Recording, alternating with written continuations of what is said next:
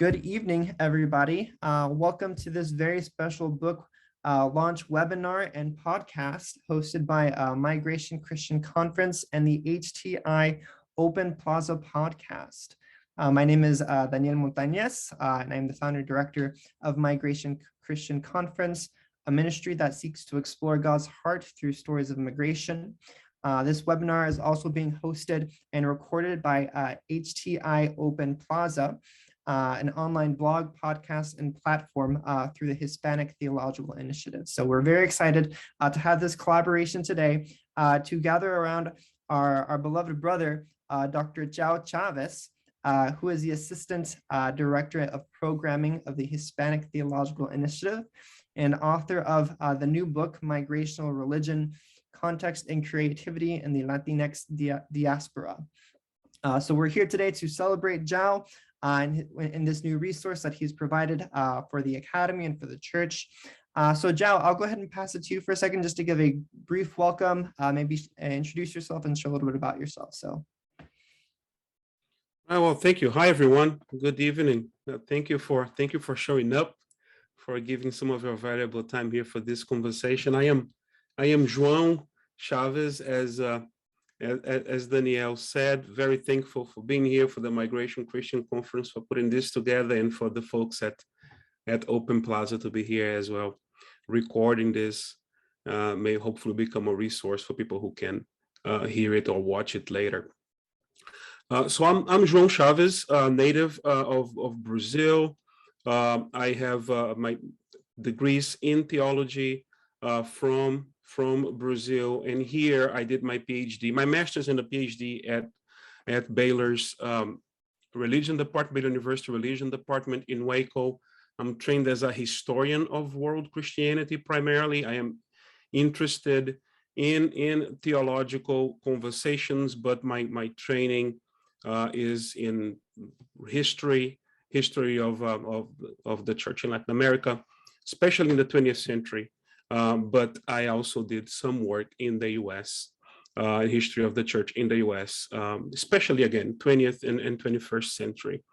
And my interest, and I'll talk a little bit more about this later, my research interest has been primarily Latin American-U.S. relations within evangelical religious networks, particularly Brazil and the U.S., and this book is part of a larger project that deals with those relationships and those networks. So I am Assistant Director for Programming, and as Danielle said, at the Hispanic Theological Initiative. I am an HTI graduate. Wouldn't have not graduated if it wasn't for the wonderful support the HTI provided, and now I get to have the honor of also being part of the folks that provide that support. And in addition to that, I am a co-director for the Baptist Scholars International Roundtable, which is a conference that meets at Christ Church, Oxford, every year. And I am a co-editor of Perspectivas, and I am on the editorial board of Perspectives in Religious Studies, which is the journal of the National Association of Baptist Professors of Religion. And also I am the chair of the Latinx Religions session at the AAR, the Southwest region. So I get to wear the administrative and the academic hats in different settings, and I'm really pleased to do that. And I do that with the help of a lot of wonderful folks. So happy to be here and looking forward to our conversation. Thank you so much, João. Before we jump in to this conversation, I want to give a quick rundown of what tonight's going to look like for us. So João will be sharing with us maybe for about 10 minutes, just a little bit about his book, giving us some context and just a brief overview so that we understand kind of the direction in which he's been writing. After that, we'll have a short time of guided questions where I'll engage with him, and then we'll actually have the opportunity to open it up to everybody here on the call to ask Dr. Chaves any questions that you might have about his research, his book, or just his life in general, if you'd like. So we'll open that up to everybody. We ask at that time, if you are going to ask a question, please turn on your camera. as well as identify yourself when you share. We ask that you raise your hand either using the hand raising feature on Zoom or just traditional manually by raising your hand like this. And we'll go ahead and call on you and unmute you to ask your question. So yeah, and with that, I believe we'll be able to close the night and have a great conversation with João and just celebrate him in this new resource that's available for us. So João, why don't you share with us a little bit about your book? Well, thank you, Daniel. Yeah, so this book, like I was saying a minute ago, it's a part of a larger project, and it's an extension actually of a portion of what was a doctoral dissertation at one point. And what I did with my dissertation, I traced US, Brazil, evangelical networks, paying particular attention to Baptists. So I started with kind of from the Southern Baptist missions to Brazil, which really starts in Confederate colonies when the South lost the war. A number, thousands of former Confederates fled to Brazil.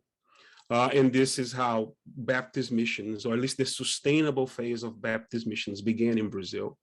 So this is what I started, and I followed that group of missionaries and local kind of networks. And then from Brazil, it becomes kind of a beachhead of missions that goes to, in 1908, Brazil starts sending missionaries to Chile, and then 1911 to Portugal, and it starts growing. All of this commanded by the Southern Baptist Convention. And then in the 1980s, the Brazilian Baptist Convention starts sending missionaries to the United States, particularly to New Jersey and to California, to reach colonies of Portuguese migrants. Portugal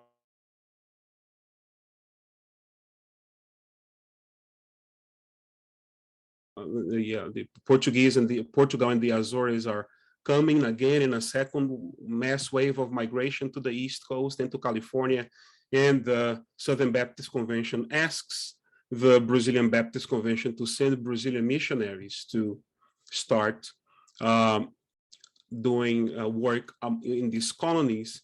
But then at the same time, Brazil is going through a tough economic crisis, and a lot of Brazilians are coming to this similar places, to the East Coast, particularly Massachusetts and New Jersey and New York, and to California as well. And these missionaries who come to first try to reach the Portuguese, they notice that there are growing enclaves of Brazilian immigrant communities, and they start forming these churches. So I follow also the history of these churches until in about 2016.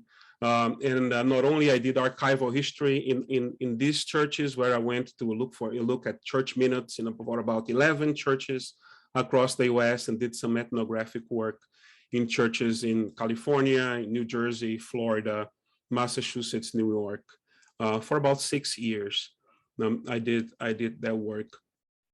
And so what I noticed looking at this portion of the work, of the most recent portion of the work that became this book, was that the dynamics that changed the identity of these churches, that they were imagined by their leaders as copies of the church that they have in their home countries, you start shifting because of the experience of migration itself. And in that particular community, among predominantly Brazilian churches, but there are people from other countries as well, both Portuguese and Spanish-speaking countries that go to these churches.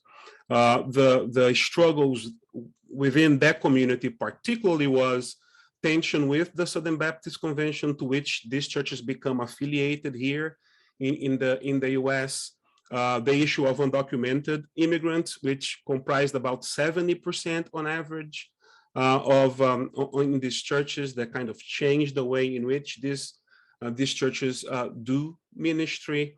The Pentecostalization of Brazilian Protestantism in general, but in the US in particular, a great number of migrants, for a few reasons that we can talk about, that come to the U.S. are Pentecostal migrants, but they join these traditionally non-Pentecostal churches, mostly out of a sense of ethnic solidarity, rather than doctrinal stance, but because of the Baptist polity that affected these churches in a particular way, and also issues of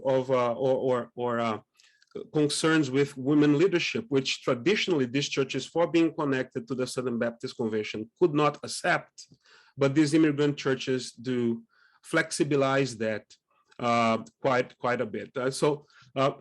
But dealing with these dynamics and a few others that we can, of course, talk about, I noticed and I argue that these communities develop what I call incipient immigrant theologies, which are not really theological articulations coming out of these churches, but like uneasiness with the traditional theological stances of the Brazilian Baptist Convention, which is much like the same with a few differences from the Southern Baptist Convention. So that's kind of the particular story that I tell in this book. It is, again, from the migration of from the 1980s until today. And then the first half of that research is going to come out next year in another book that deals with missions and race in Brazil. So this is kind of part two of a longer research that's coming out before part one. But again, the main argument here for me is that despite the fact that there are Latinx theologies or Hispanic theologies or Latino theologies, they are very important. Looking at how theological development happens in these immigrant communities themselves, what you actually find is a uneasiness with their traditional theological dispositions. They are rather conservative in comparison to theologies that come out of Latin America, like Misión Integral or Latin American liberation theology. But that uneasiness doesn't come out of an encounter with these theological articulations that people in these communities find compelling. Rather, it is the experiences of migration itself that kind of pushes them out or kind of get them to reflect on the insufficiency of traditional theological articulations of the denominations to which they belong. So again, I mean, there are many works there, excellent works on immigrant networks. Many of them do not look at groups that are circumscribed from within a denomination. There is a shift in the study or in the field of world Christianity itself from denominationalism to networks, and there are good reasons for that. And I actually argue that they're both happening here within these communities. But for me, it was interesting to look at the communities that are circumscribed from within a denominational kind of self-understanding, to see how migration kind of affected these churches, and it does it in some of the ways that I mentioned, and in other ways too that we can talk about more if it becomes something that you like to talk about. Wow, absolutely. Thank you so much, João. That is really exciting to hear that there's a part two of this book coming out in a year. We're looking forward. We'll probably have to do another webinar podcast to talk about that second book that's coming out as well. So thank you so much for taking some time to share a brief overview of what this book entails. What's your hope for how you hope it'll be received and how it'll contribute to this larger conversation of migration going on right now within the academy?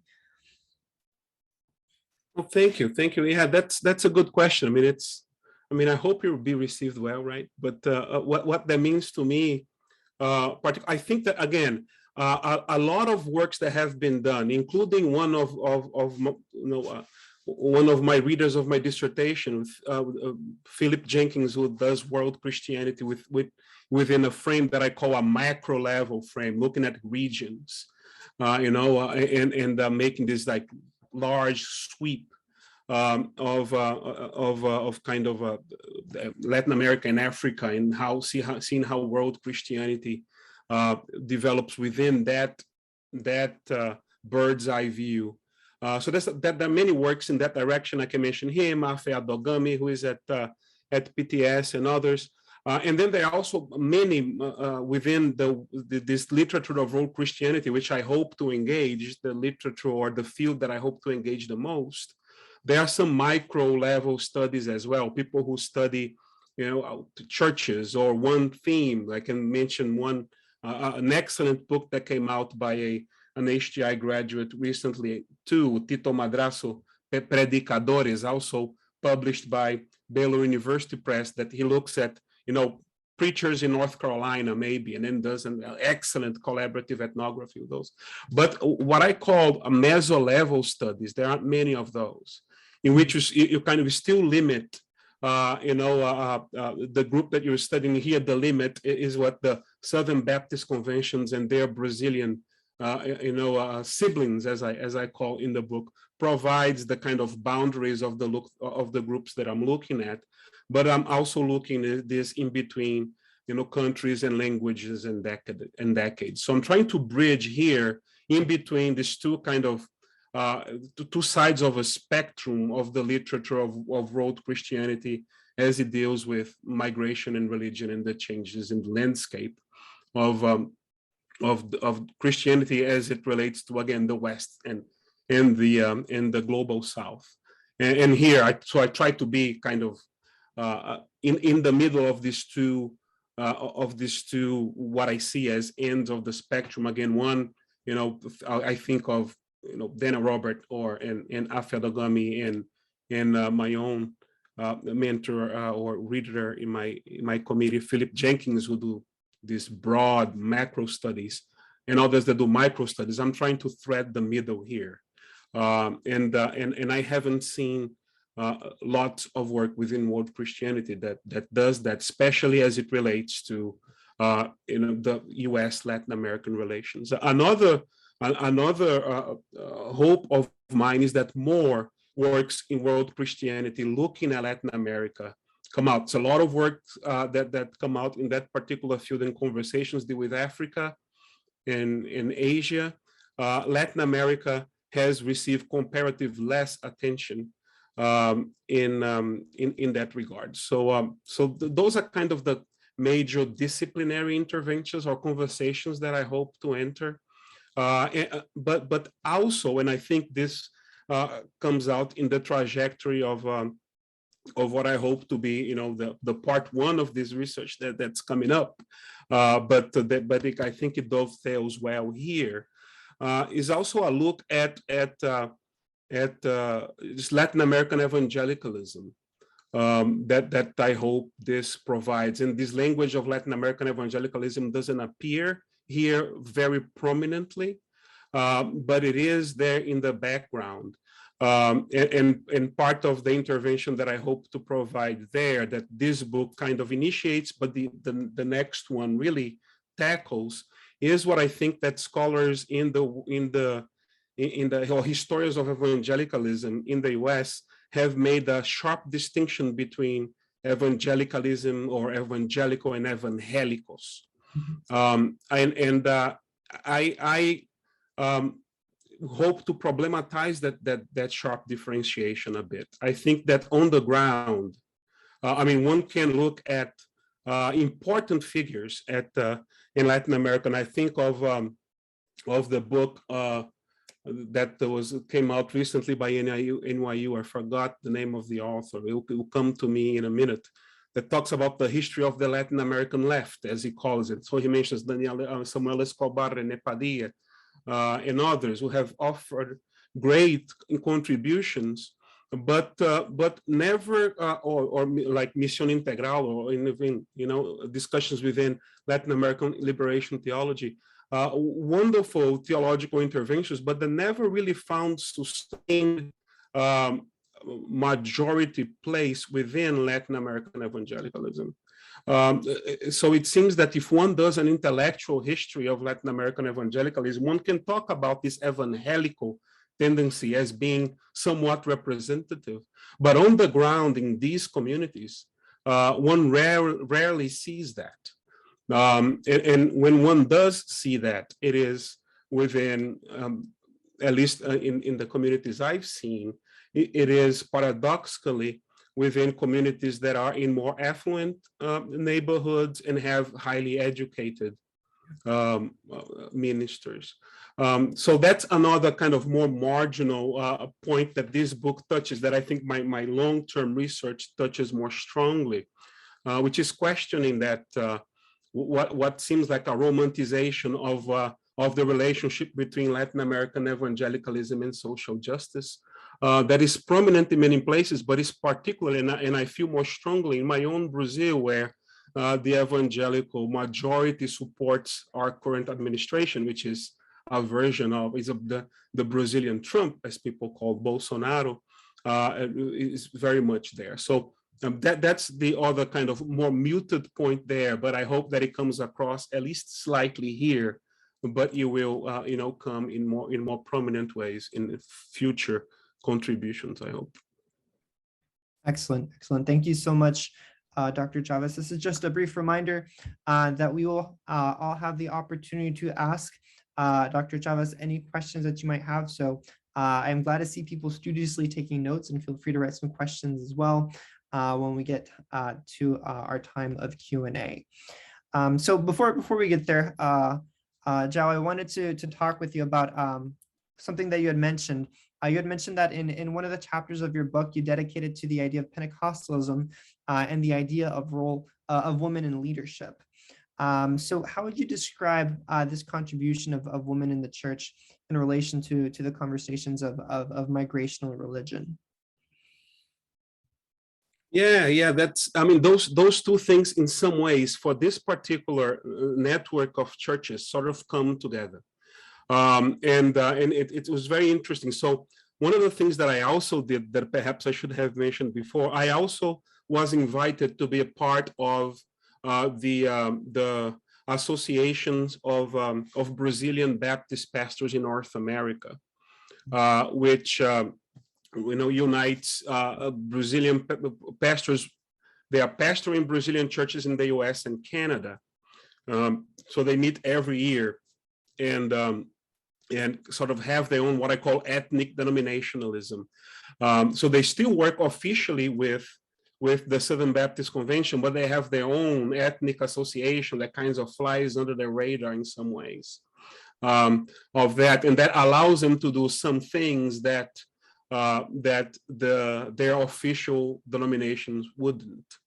One of them being the Ordination of Women, which when I was finishing the book, the last meeting I went to was actually in 2017. There were already many ordained women in these churches, but their denominations, wouldn't approve of.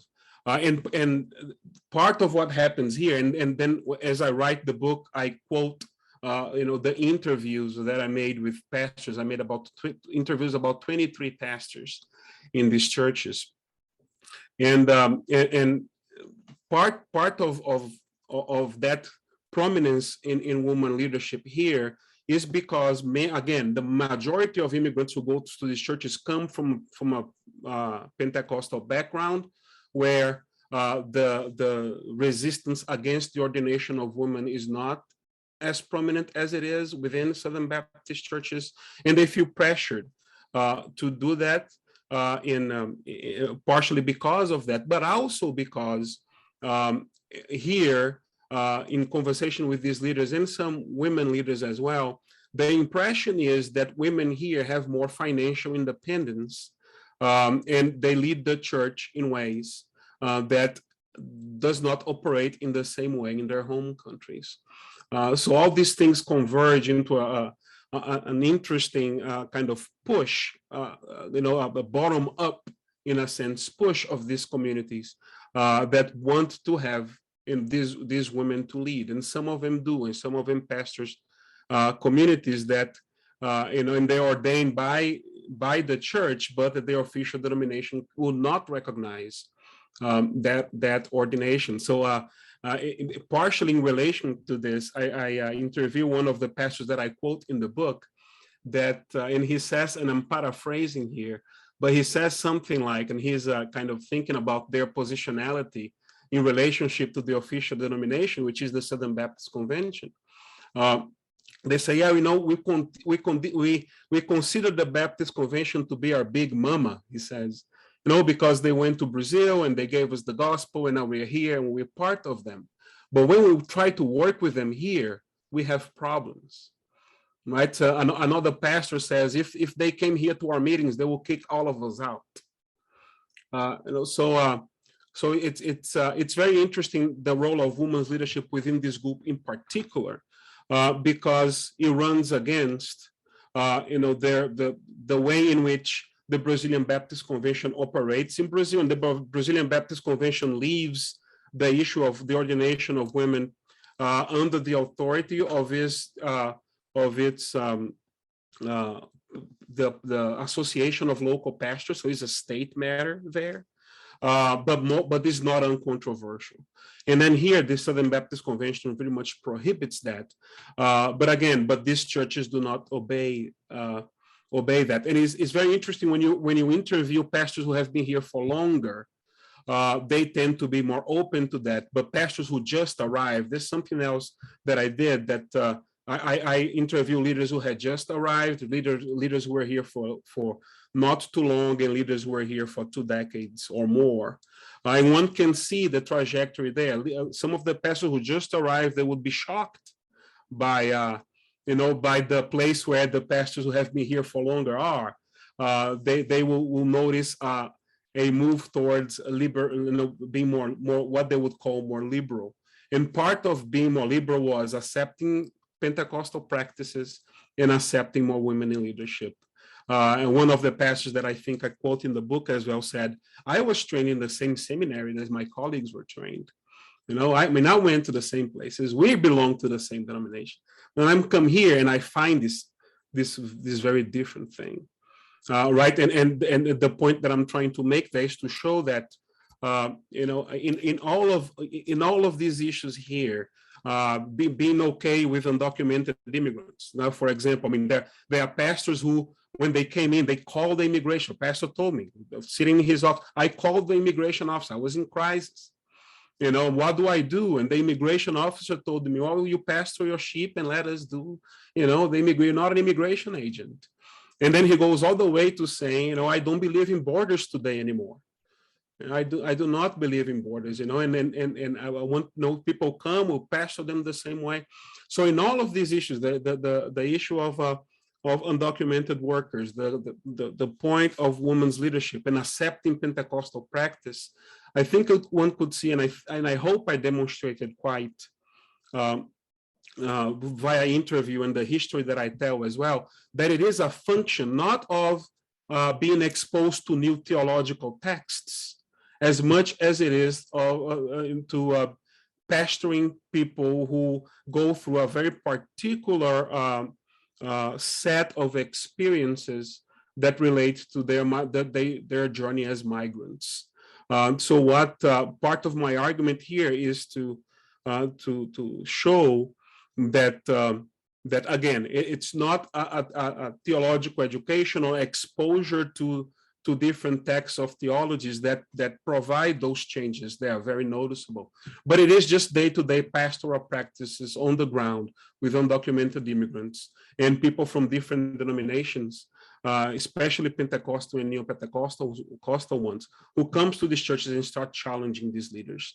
And so so they do not know how to articulate a coherent set of theological responses to these issues, but they definitely know and are able to see the limitations of the theological stances of the denomination to which they belong.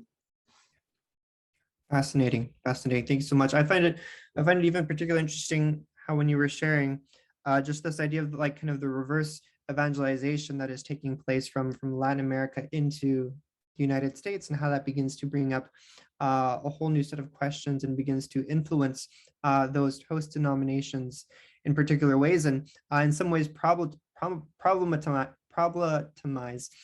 some of their original core doctrines and beliefs. I think when you're talking about the undocumented component of it, I know that in some Pentecostal denominations, there's one of the debates that is happening is whether or not an undocumented pastor can be ordained.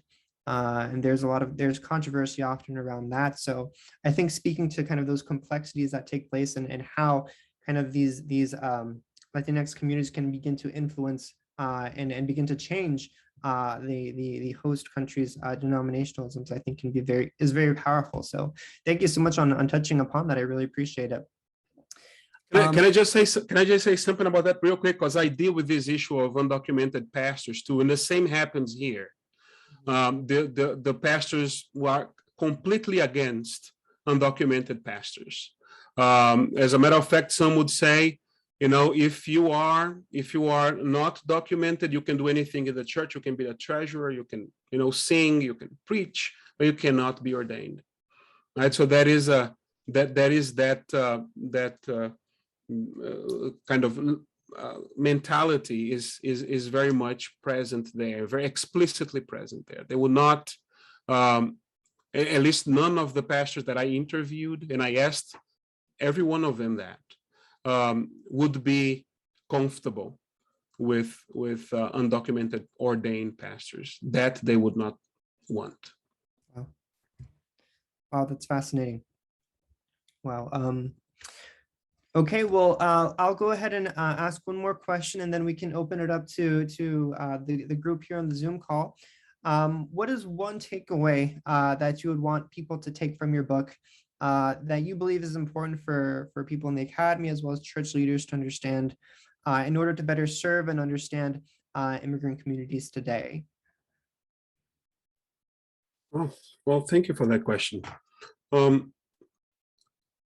I think that one of the things, or one takeaway, will be that, and I think I tried to show that in the book, is how looking at these communities and the way in which the struggles of the people that go to these communities kind of guide the change in the identity of the community itself. So there is a very deep listening happening from these pastors to these communities. The listening, and I think I showed this more clearly in relationship to undocumented immigrants, and in identification with the struggles of those. I mean, most of those pastors, and then I begin the book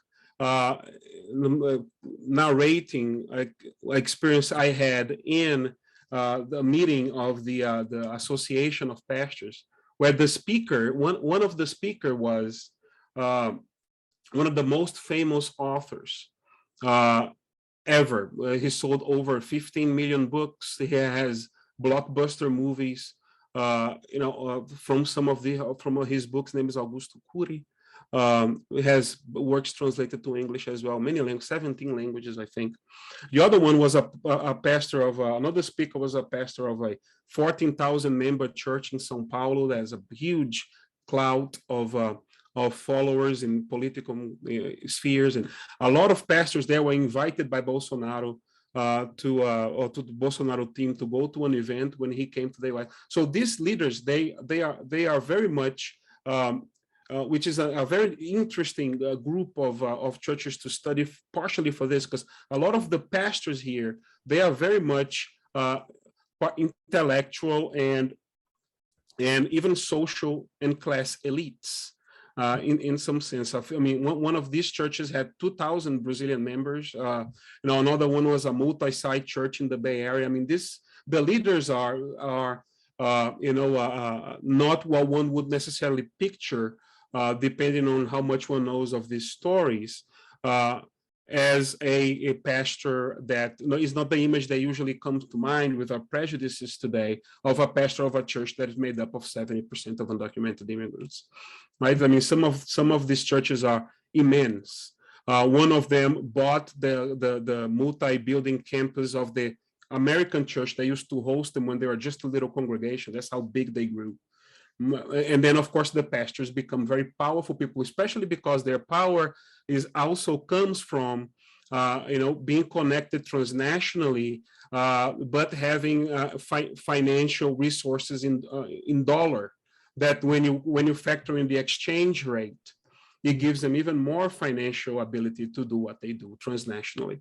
So all of that to say that despite all of that, there is deep listening from these communities to the people they serve, and then social issues of social justice, although do not come with the theological articulations that one would see in classical Latin American liberation theology, for example.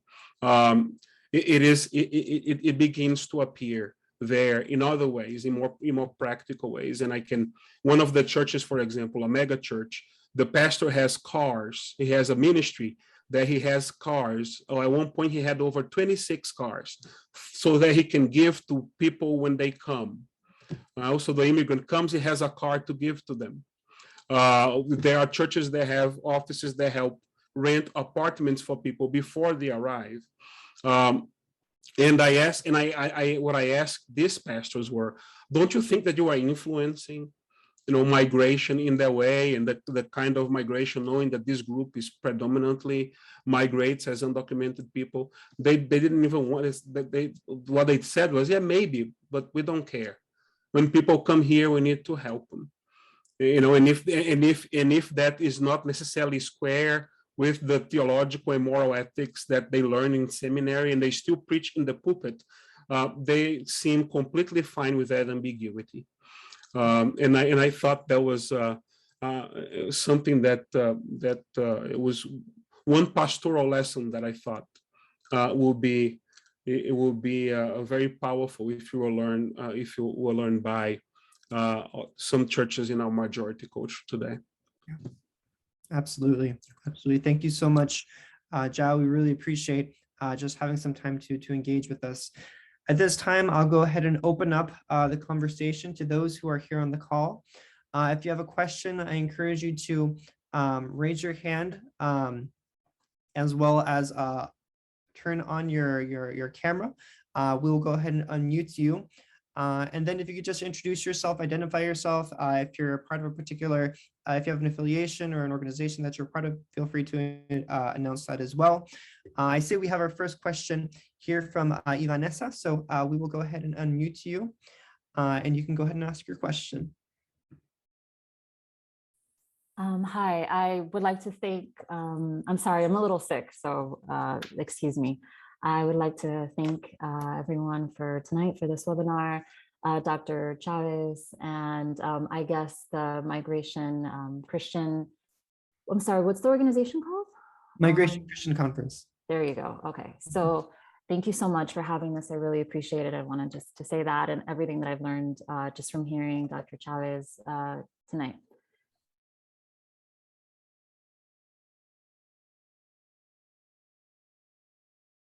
My question, I guess, is a little, it's like a surface level question, but I'm just curious.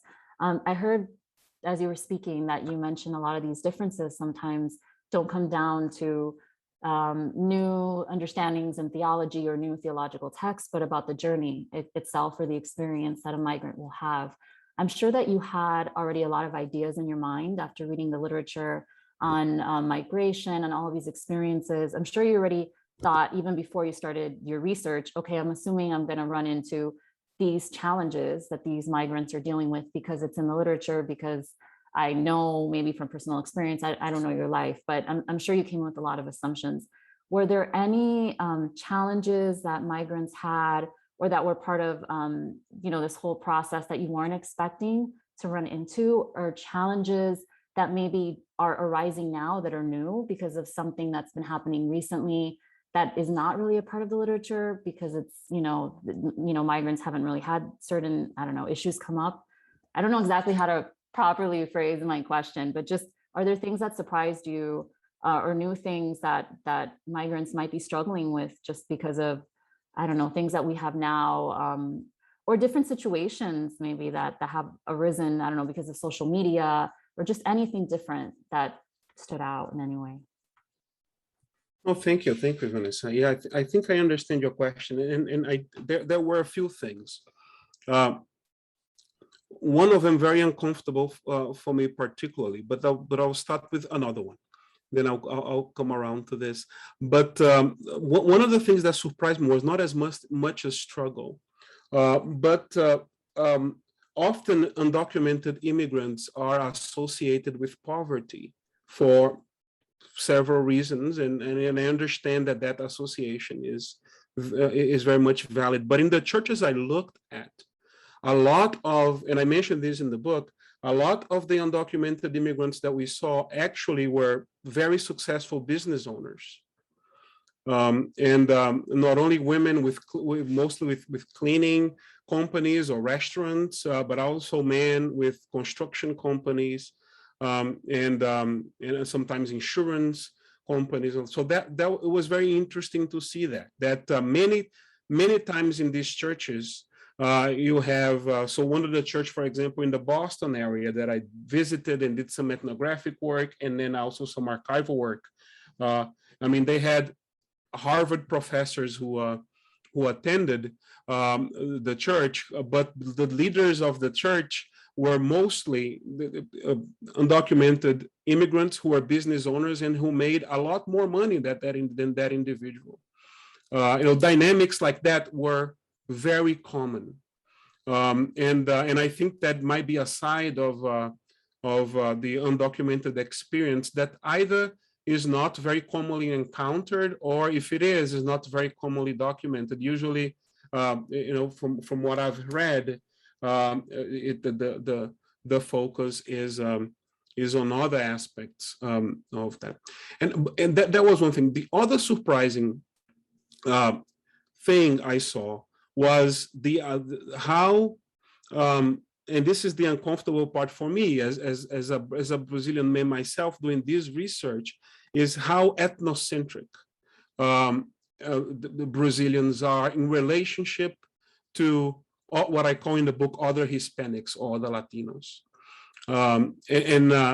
Actually, there's a very big section in chapter 5 that I offer some what I hope is some sharp criticism of that tendency, and that is, again, in the literature, there is a few reasons for that I confirmed in some of these communities, and not in others. And what I say in the book is that part of this is what I call the self-romanticization of Brazilians, that is based on the fact that although Brazilians are, and I argue why in the book, technically Latinx or even Hispanics, depending on the definition that one uses, and I actually quote Dr. Aponte, who's here, his work a bit on that. As a matter of fact, Dr. Aponte, one of my epigraphs is from your book, Santo. There's a lot of complexity there, but anyway, part of that is the self-romanticization based on the fact that among Latinos or Hispanics, Brazilians are often seen by the US dominant culture positively.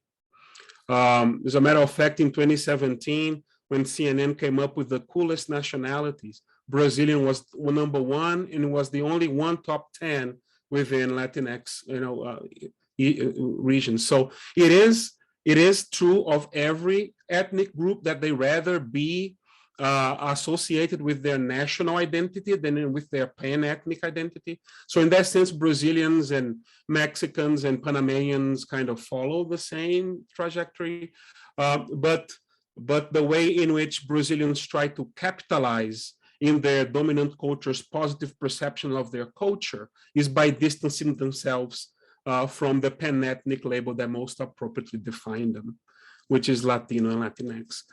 So I deal with that quite a bit in that book, and I'm also writing a chapter with a sociologist friend who, as a Brazilian, also works here in the US for a textbook, which is a question of Brazilian Latinx. Now we're going to kind of flesh that out a little more. But it's interesting because then you have the leaders of these communities, the pastors of these churches, wanting to have Spanish-speaking ministries and multilingual leadership in their churches, depending on the region and the makeup of the church. And they have issues because, according to them, the Brazilians just want to dominate. And there's an issue for the leadership. And the Brazilian government now during this census has influenced Brazilians living in the US to check the Latino box. Right, so that, I mean, there's a lot of move towards teaching Brazilians and Brazilian Americans to kind of incorporate pan-ethnic identities more freely. It is the identity into which they are socialized, whether they like it or not. But there is some tension there. That surprised me, Vanessa, and surprised me negatively in different ways. So again, is that is also here a class dynamics where depending on class and education, the leaders, for example, are very much welcoming and seeing that, yes, we need to, be counted amongst, pan-ethnic groups, so we look stronger, we're not so isolated. But then there are also the people in the pew who are mostly saying, we just want to be Brazilians, and we do not want to associate with pan-ethnic terms for different reasons. What I say in Brazil is that, or what I say in the book is that Brazil is also a white supremacist country, right? We just consider who is white and who is not a little bit differently. It's more about phenotype than it is about ancestry. So these immigrants come here already being socialized into a white supremacist country, and they notice that it is socially advantageous for them, to try to incorporate, the new form of white supremacism, supremacy, with which they encounter here, because it benefits them. It is beneficial for Brazilians to be just Brazilians, and they notice that. What they don't notice is that by capitalizing on that, they are buying into the illusion of superiority that white supremacy teaches them. And that's the kind of criticism that I try to offer. Thank you, Vanessa, for your question. Thank you. Are there any other questions on the call today? Feel free to raise your hand and you will be unmuted. Let's see. Okay, I see we have one here from Ricardo Scott. Please go ahead and introduce yourself and where you're calling from. Good evening, everyone. I'm Ricardo Scott. I'm calling from Florida. I'm a student of Gordon Conwell, actually in my final class to graduate, but I saw one of my former professors, Professor Montana, so shout out to you, Sir Kudos. Thank you, Professor, Dr. Chaves, rather, for your book, and I was listening keenly. There's a lot of stuff to actually, I would say, to digest, but one of the questions I have for you, I noticed you mentioned the Southern Baptist influence on Brazil, when they migrated back in the early years. And one of the questions I have for you is, I know that they impacted the evangelical community, of course. The question I have is, what percentage of Brazilian would you say was impacted by their move, and in terms of when they migrated there, what was the percentage of Brazilians that was impacted? I know Brazil is a fairly big country, so we want to speak to that. Thank you. Well, thank you for the question. Congratulations in advance. It's around, you can see the light already, right, Ricardo? I know the feeling, man. Hang in there. Let me see if I understand your question correctly. I think that you're asking, correct me if I'm wrong, Ricardo, how much of this Southern ethos that it was kind of brought to Brazil via, Confederates and missionaries, kind of influenced the country as a whole. Is that it? Okay, yeah. Oh, that is a very interesting. Numerically, the Brazilian Baptist Convention is the largest non-Pentecostal denomination in Brazil, but the largest denominations in Brazil are Pentecostal, right? So the Assemblies of God, it's primarily the largest one, but there is a lot of influence for a few reasons that Baptists influenced the country as a whole. First, and here I'll put my historian hat for a minute, Gilberto Freire, one of the most famous theorists of mestizaje in a way, came to the U.S. to study at Baylor in Texas via his Baptist affiliation. When he saw the way in which African Americans were treated in Waco, he left the Baptist. He went to Columbia to study with Franz Boas, an anthropologist. Then he went back to Brazil.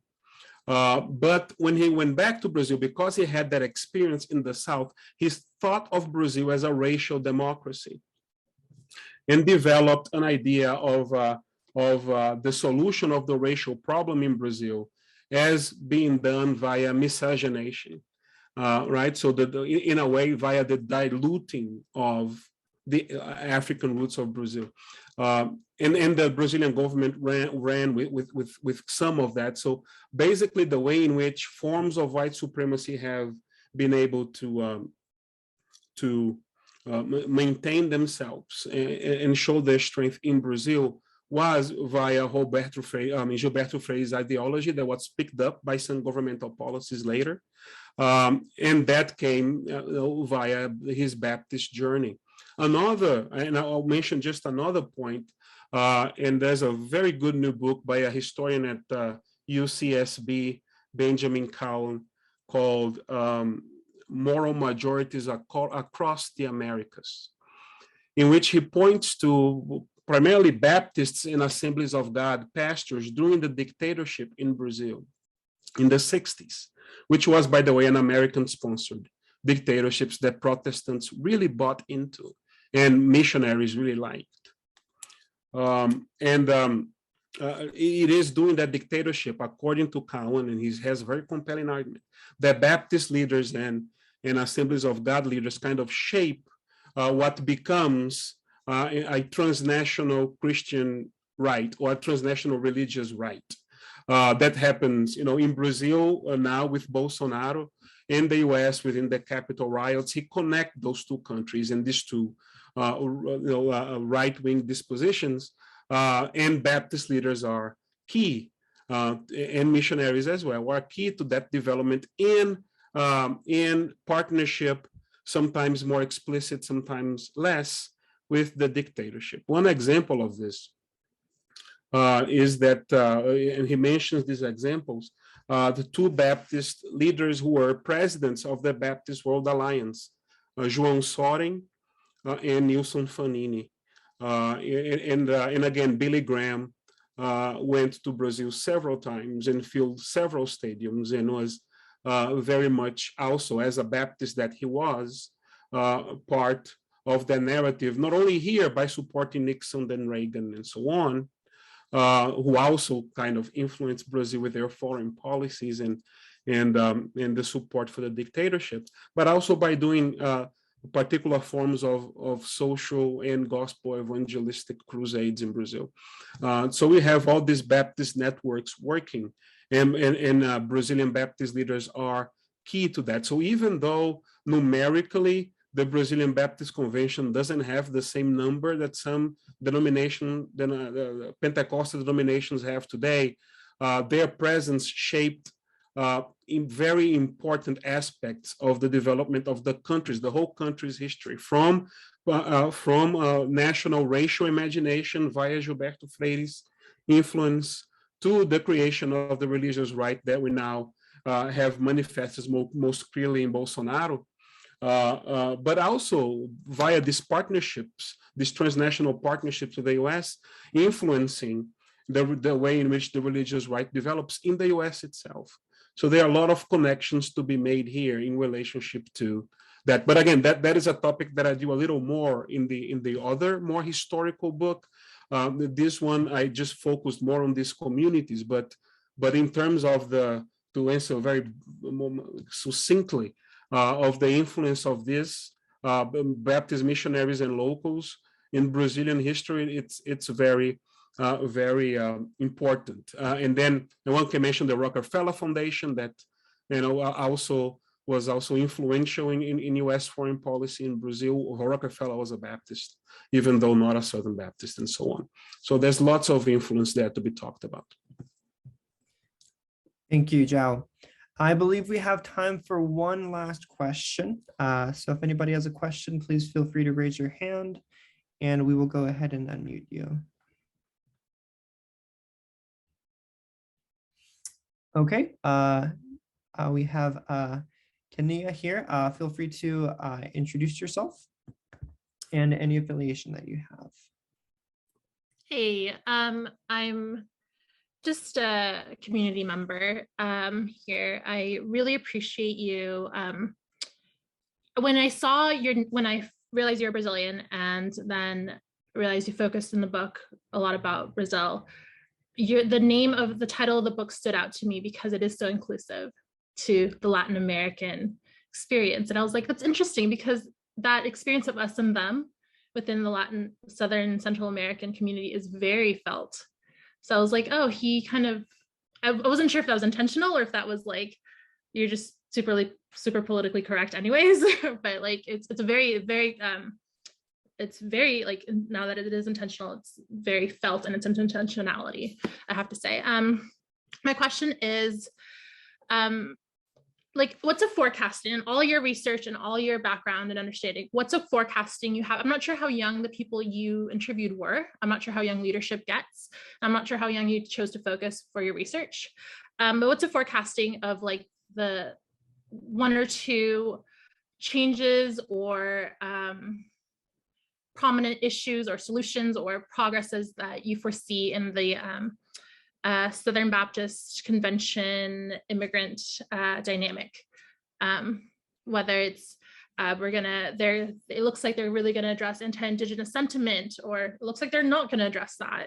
You know what I mean? Like, does that make like what's something that you anticipate is going to be in the forefront of the spread of that religion, I guess?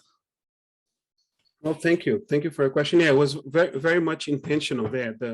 The use. I mean, I believe that's the case. But again, and I'll touch what I hear a couple of elements of your question here, and one of them I think touches on this is that sometimes it takes a couple of generations to get used to pan-ethnic terms like this. It is again very common for groups or immigrant groups, first generation primarily, to feel a lot more comfortable, even sometimes very protective of their national identity, rather than a pan-ethnic term like Latinx and so on and so forth. So I mean, I think that we're moving in that direction, but that is resistant from of this term particularly, even from people who consider themselves Hispanics and all. I mean, is a charged terminology sometimes, but I do think that is the place where Brazilians and all Latin Americans fit when they are here in the U.S. especially. In terms of how young I got in terms of the people, again, is a very young immigrant group. The 80s is when, so about 40 years ago is when we see kind of the first mass wave coming in the 90s, and so on. And another thing that happens here with Brazilian immigrants that I deal with the book as well is that that is what some sociologists call the myth of return. If you talk to 90% of them would say, we came here to make some money, we're going back to Brazil. All right, so the pastors would say that the Brazilian, one pastor says, and I quote this in the book, he says, Brazilians don't migrate, they come. They really don't think that they're going to be here to stay. And it's called by sociologists the myth of return, is that many Brazilian immigrants keep on telling them to themselves, I'm going to go back, I'm going to go back, I'm going to go back. But many of them really never go back, but they keep on saying that they're going to go back. But that idea that, that I need to go back home is very much there. And some of them do. So in terms of transition to the new generation, that is a question that these pastors are asking themselves now. And I do a little bit with the church. Some pastors would say, well, if what we have to offer is not the maintenance of ethnic identity, then why would our youth come here and not to Hillsong across the street? They're much better than we are. They have better songs, they have better buildings.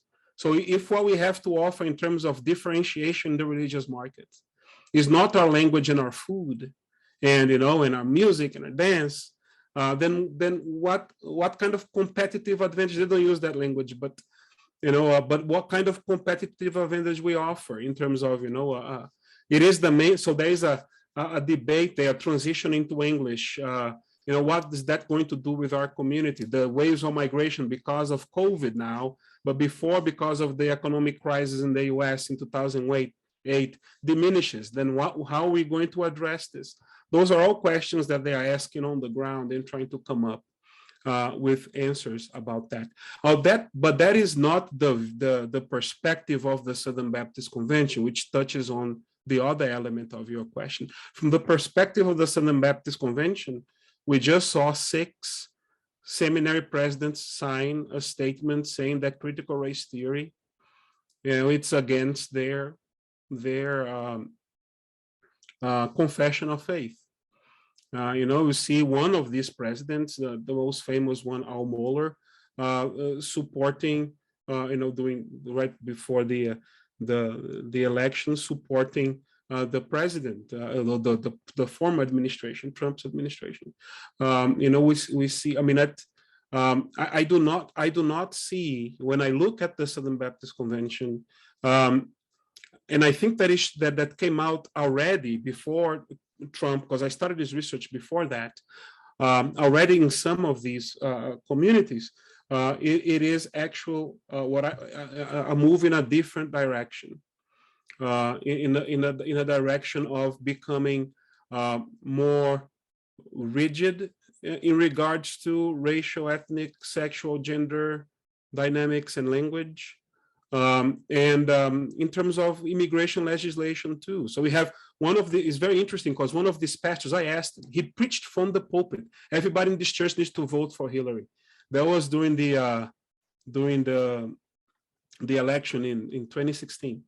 And I asked him, aren't you scared to lose the 501c3, status? Because you lose your tax exempt status if you start doing political campaigns from your pulpit. I mean, people do it all the time, right? But they don't name the name. If you name the name, then you lose deniability. Then you're really like doing it. And he said, no, this is very important for our community. I'm willing to risk everything for this.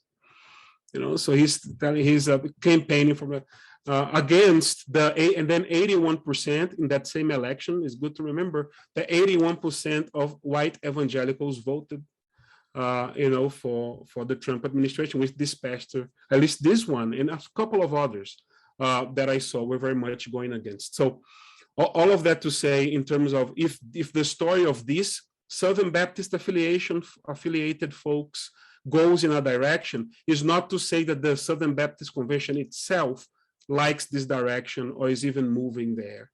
I hope to be wrong. But that's not what I see. Again, what I see is it's more connection with white supremacy and its policies and its affiliations. Again, that is not every individual there, of course, but an institution that large and powerful. I mean, there are some institutional boundaries that even the most well-intended individual has limits to, to the extent to which he or she will go. I mean, I can mention Beth Moore, who just left the Southern Baptist Convention because of the issue with women. You can mention, Ralph West, Charlie Dates, 2 prominent pastors. One of them spoke in the funeral of George Floyd. Ralph West did. Was doing his PhD at Southwestern Baptist Theological Seminary. He left the Southern Baptist Convention because of their stance in the critical race theory. I mean, and one can go on here. So one hopes it would go in a different direction, but no. So part of the peculiarity of this community is precisely that they are going in a direction that that goes in ways that they are under the radar against the direction of the very denomination that they are part of officially in the US, and that sometimes support them financially and logistically in some ways. Thank you so much, Dr. Chaves. It looks like we have reached our time. Thank you so much for joining us tonight, Dr. Chaves. It's been great to talk with you and learn about your new book. Let's go ahead and give him a round of applause here on the call for him sharing about this excellent resource. I've put a link in the chat section for those who are interested in purchasing this resource. There's also a promo code there, 20% promo code plus free shipping and handling, I believe. Don't promise me on that, but just go ahead and check that out. And for those who are on the podcast call, you can just go ahead and go to baylorpress.com, look up his book, and the promo code is 17fall21. And with that, you should be able to get that promo code as well. So on behalf of Migration Christian Conference and the HTI Open Plaza, thank you all for tuning in and listening. This concludes our webinar. It's been so great to have each and every one of you here.